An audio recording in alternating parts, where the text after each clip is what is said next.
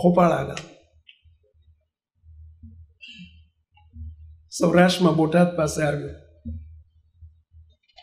જેઠા ભગત 30-32 વર્ષની યુવાન અવસ્થા હતી. ખેતરમાં હળ હાંકે. એમના પત્ની રોજ બપોર થાય ને 12 વાગે ને એટલે ઘેરથી ભાત લઈને ભાત આપવા જાય. ભાત એટલે સમજ્યા? ગામડામાં રેલાને ખબર હશે. ભાત આપવા જાય એટલે એમાં ભાત તો હોય જ નહીં હો. જેમાં ભાત ના હોય ને એનું નામ જ કહેવાય ભાત. રોટલો ને શાક કે રોટલો ને ગોળનું ઢીફું કે કેડા કે બાકી ભાત ના હોય, એમાં ભાતના દાળ એવું ના હોય. એ તો બધું તમને શહેરવાળાનું આપ્યું.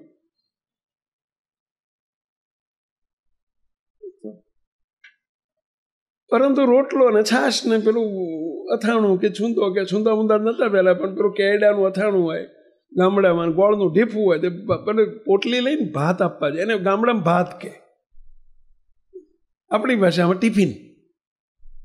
અત્યારની ભાષામાં શું કે પેલા ટિફિન આપવા જાય.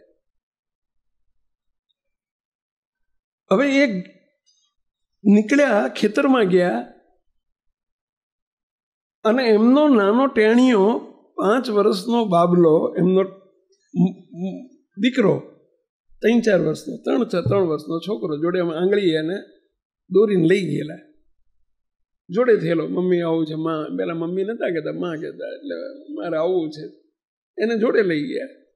જ્યારે ત્યાં ખેતરમાં પહોંચ્યા ત્યારે પેલો છોકરો એકદમ દોડતો ગયો. બાપા બાપા, પપ્પા નતા કહેતો, બાપા બાપા કરતો દોડતો ગયો. હવે એના હાથમાં આવડો શેરડીનો માદળિયો, શેરડીનો ટુકડો. કોના હાથમાં? પેલા છોકરાના હાથમાં. શેરડી ખાતો ખાતો ગયેલો. એટલે એના પપ્પા ચમક્યા.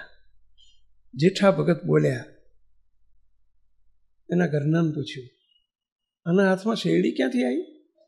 આપણા ખેતરમાં શેરડી વાઈ નથી, તો શેરડી આવી ક્યાંથી?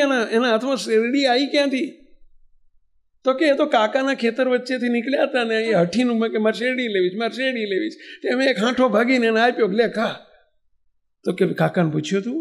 પણ કાકા જ છે ને, એમાં શું પૂછવાનું હોય? બોલો ત્યારે એ જેઠા ભગત શું બોલ્યા? જેઠા ભગત કે આજે ભાત લઈ જાઓ પાછું, આજે મારે નક્કોડો ઉપવાસ છે. આજે મારે નક્કોડો ઉપવાસ.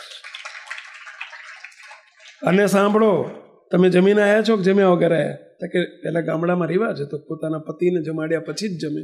તો કે હજુ જમવાનું બાકી છે ને, તમે જમો પછી ઘેર જઈને જમીશ. તો કે આજે તમારે નક્કોડો ઉપવાસ છે. શાના બદલામાં ઉપવાસ કર્યો? પોતે હું કરીશ ને તમે કરો. શાના બદલામાં? શાના બદલામાં કહો છો? એક પૂછ્યા વગર શેરડીનો આટલો માદળિયો હાંઠો લીધો, એના બદલામાં ઉપવાસ કરી નાખીશું. ત્યારે પેલા એમના મિસિસ, એમના ધર્મપત્ની બોલ્યા કે આટલામાં પણ ઉપવાસ? ચલો હું કરી નાખીશ, તમારો શું વાંક છે? મારી ભૂલ છે, હું કરી નાખીશ. આગળ નહીં, તું એની માં છે, તારો વાંક છે, પણ મેં તને એવા પાઠ નથી શીખવાડ્યા, એટલે તને ત્યાં આજે ભૂલ કરીને તે વગર પૂછે શેરડીનો આંટો આપ્યો ને. મારી પણ ભૂલ છે કે મેં તને આવા પાઠ નથી શીખવાડ્યા, એટલે હું ઉપવાસ કરીશ. તો આ છે આપણી સ્વામિનારાયણ સંપ્રદાયની સર્વોપરિતા.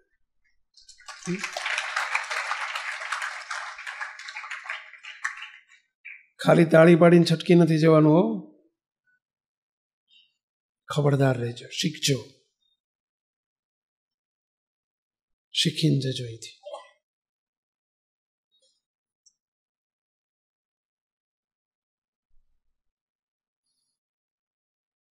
અને મુક્તો ક્યારેક આપણે એવું કરતા હોઈએ છીએ કે આપણા ગુરુ લજવાય, આપણા ભગવાન લજવાય, આપણો ચાંદલો લજવાય. ઘણી વખત આપણું એવું વર્તન હોય. અને એટલે જ મુક્ત એક દુઃખ સાથે આજે એક વાત કરું છું જોડે જોડે, કે ઘણી વખત